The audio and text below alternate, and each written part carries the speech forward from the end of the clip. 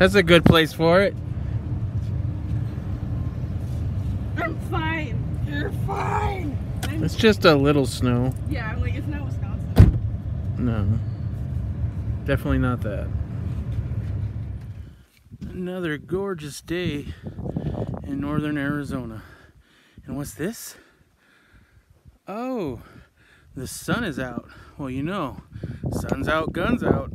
That's right, today I'm going to actually be shooting the wife's XDM 9mm. Got a couple loads that I reloaded for it a while ago, and I think it's time to test out these loads and see which ones are more accurate. So I got my little bench set up, and that's about 25 feet away is a target over there, and I'm going to be bench resting 5 shots of each. I got 3 different recipes made up. I have a 5.6 grains of unique powder, a 5.8 grains of unique powder, and the first ones we're going to be shooting are these. These are the 5.3 grain. So we'll start with 5.3, then we'll work our way up to 5.6, and then finally 5.8. And I got 5 rounds of each. So, and I'll probably do new targets for each one, either that or I'll go down there and mark. Yeah, I might just go down there and mark which ones are which, instead of having to change out targets twice. Oh yeah, by the way, check it out. Just a regular shoe. I do have my brace on, right? But I'm getting around pretty good. Actually, it's feeling pretty good. Pretty happy about that. Alright, well, I don't have a really great stand for this iPad that I use for recording, but I think I'll have a couple like this, and I'll try to get a couple shots down range of the target while I'm shooting it. Alright. Springfield XDM 9mm. It's the compact version. But it also takes the full-size magazines. 20 rounds in the magazine alone, so 21 rounds total. But I'm only shooting 5 rounds of each recipe. So first one is the 5.3 grains.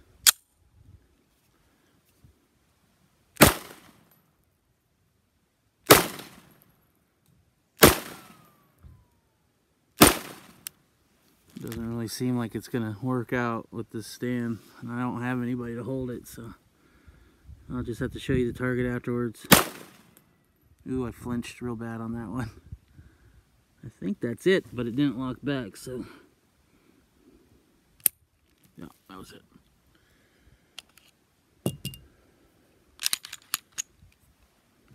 Alright, let's go see how we did. Alright, well, there's our group.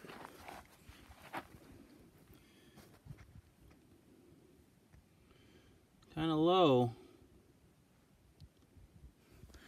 So I'm going to go ahead and get a marker and mark those as the 5.3s. And then we'll move on to the next ones. So really I only marked 3 of them. The other 2 shots were so low on the box, I don't even think I can see where it hit the target. I think they hit pretty close together, but right at the bottom of the box. So I think just marking the 3 that actually clearly hit the target is probably my best bet. A little bit of a spread on them, but this is about 25 feet away. Next, we're doing the 5.6, 5 rounds. Don't mind me while I load these up.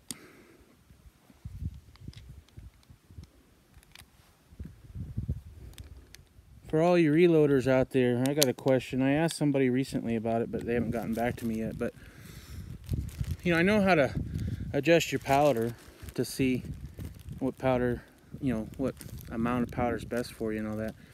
But what about the overall length or the seat depth of the bullet itself? I mean, there's quite a bit of a window on the reloading manuals for that. And I would imagine that affects accuracy too. So how do you know if it's the amount of powder versus how far the bullet's set in? That's a question I'd like to have somebody answer. All right, 5 rounds loaded up. do it.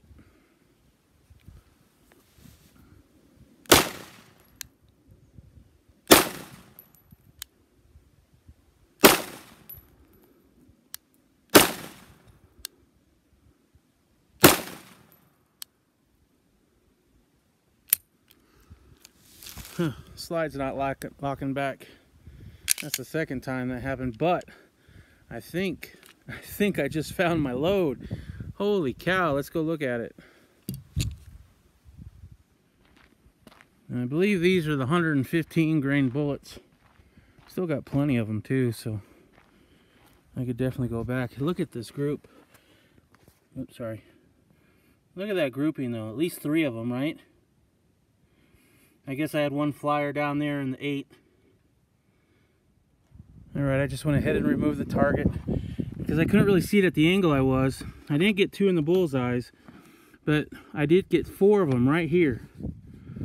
And that's pretty good for me. Let's see, that was the 5.6, 5.6, 5.6, and 5.6.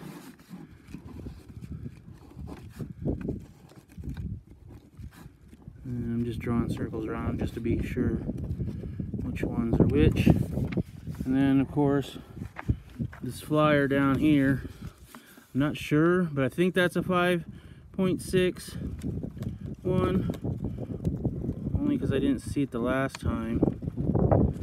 As I said, the last ones were the 5.3, the 5.3, 5.3, and then I believe 2 of them right down here. All right, let's try the last load.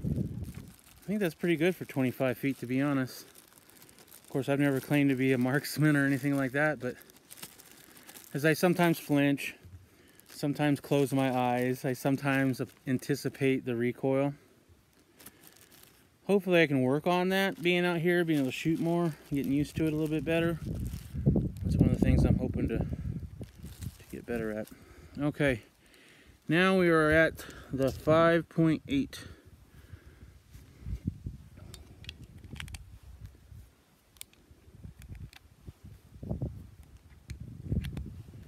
I believe, if memory serves me correct, unique powder and 9mm, the most you want to go up to for 115 grain is 6.0.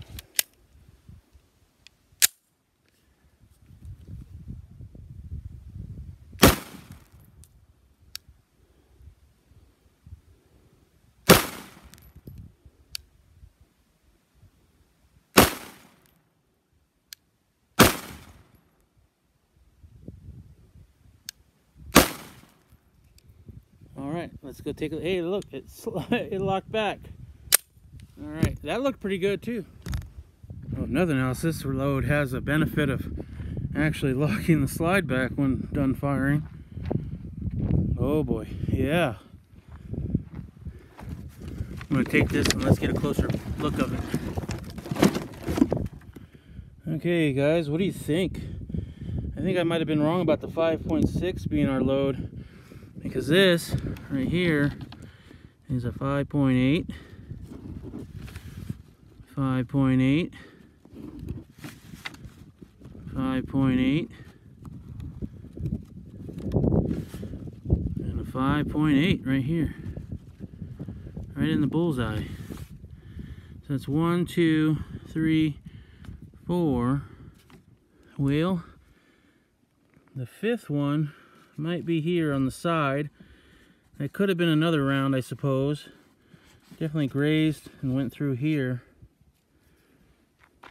I'm always going to have flyers because I'm just not that steady, but we have in a 9, in the 9, in the 9, and in the bullseye. Although the 5.6, we have 1, 2, 3 right here. And the 5.8, we have 1, 2, 3 over here, and then 1 over here. But it did lock the slide back. So I'm going to play around between 5.6 and probably even 5.9. Those are the next loads that I'm going to make. Probably a couple rounds of each. And I'll just start at 5.6, 5.7, of course the 5.8, 5.9. maybe like 3 to 5 rounds each, and come out and do it again at some other time. So we're going to get some wood chips because we got some more manure for our garden, and well, today seems like a good day to get some wood chips. I'm rocking the drop leg holster from Blackhawk. It's pretty cool, and it actually kind of fits me, which I was a little worried about because I'm a big dude and I got big thighs, but I am able to get it on there, and feels good. And I really like where it's at because it's easy to grab. You don't have to, you know, do this whole thing trying to get to your gun. It's just right there, kind of like in the old West. So I got the kid coming with me. She's opening the gate. Oh, waving me through.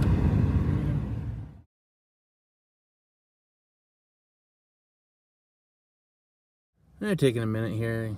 Got some drinks. We might have to stop back here to get some gas, but You're getting my feet? yeah, I'm getting your feet. Why are you getting my feet? Why don't you have anything on your feet? Because they're right there. What's there? Flip-flops. Flip-flops. You do know that it snowed yesterday and it's cold out? Yep. Flip-flops. Kyla's down with the flippity floppities. Yeah. You like the flippity flops?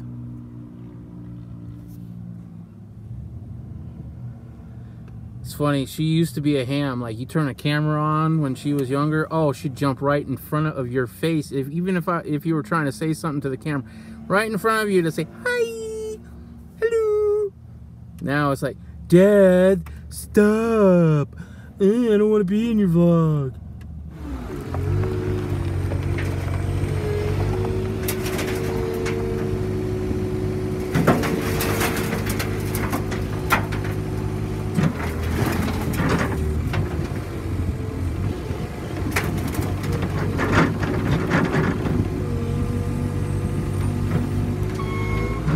See, this is good stuff right here. It's got all the twigs and pine needles and leaves in it. It's good stuff.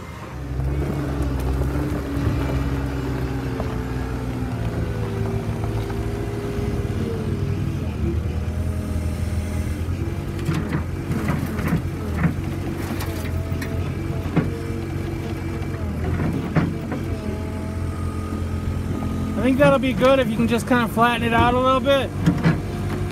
I don't need a full truckload. I got you, Dory. Yeah.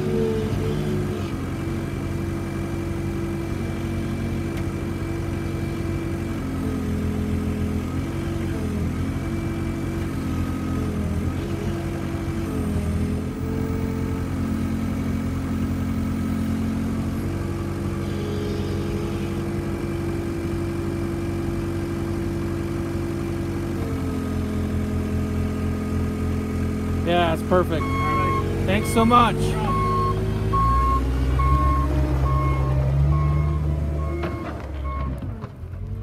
Oh, it's nice and wet.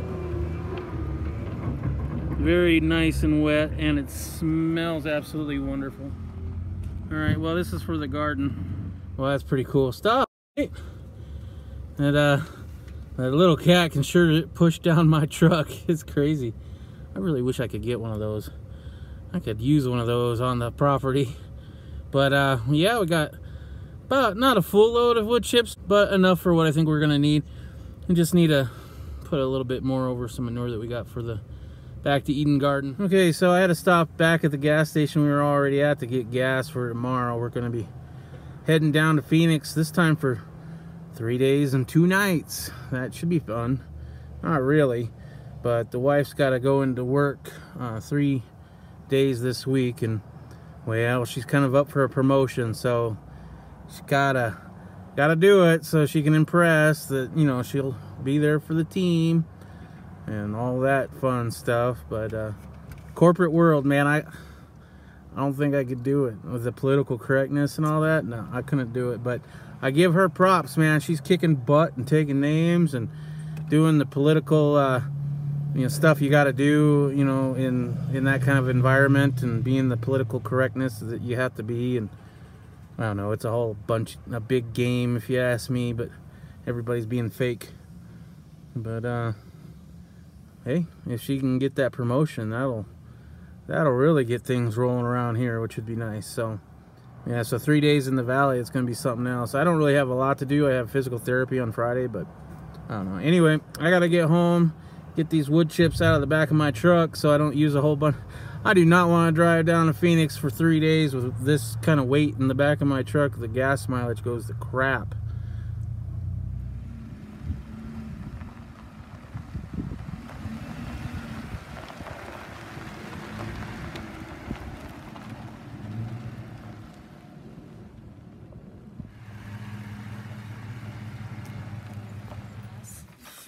They cost more.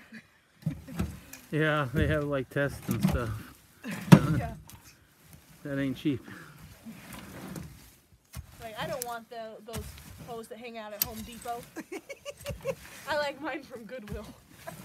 Like right on this corner of Goodwill. The cheapest of the hose. Yeah.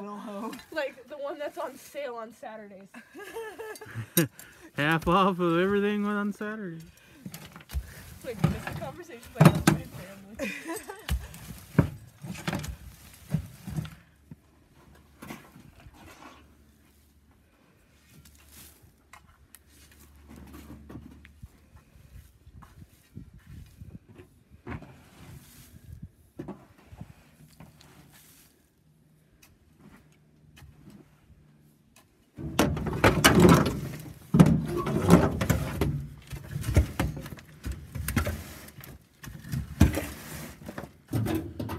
Alright, so I'm going to leave the vlog here, kind of see what we're going for. There's our garden, finishing off the rest of the wood chips out of the truck, but you know, it's kind of small, but it's the back to Eden gardening method of basically heavy mulching. You know, you got newspaper or cardboard down as the first layer. It kills off the weeds and stuff. Then you got fertilizer, hopefully, you know, fertilizer that's kind of old and a little bit of dirt already. And then on top of that, you put the wood chips. I've seen people do pine needles and hay and all that. It's basically just to kind of give a blanket to the fertilizer and any of the compost that you put in, you know, because you want you kind of want composted fertilizer, I guess is what they call it. So yeah, it's kind of small, but first try of doing it this way, and apparently a lot of people do not like gardening up here in Ash Fork because of the rocks and the sand and the lack of rainwater. So this would be ideal. Very little watering required. You're making your own soil, so the rocks in the soil shouldn't matter. And yeah, here's hoping, and we'll find out. If it works, then maybe I'll share that knowledge with other people that live in Ash Fork. It'd be kind of cool. Anyway, guys, thanks very much for watching. If you liked it, hit the like button, and God bless. See you next time.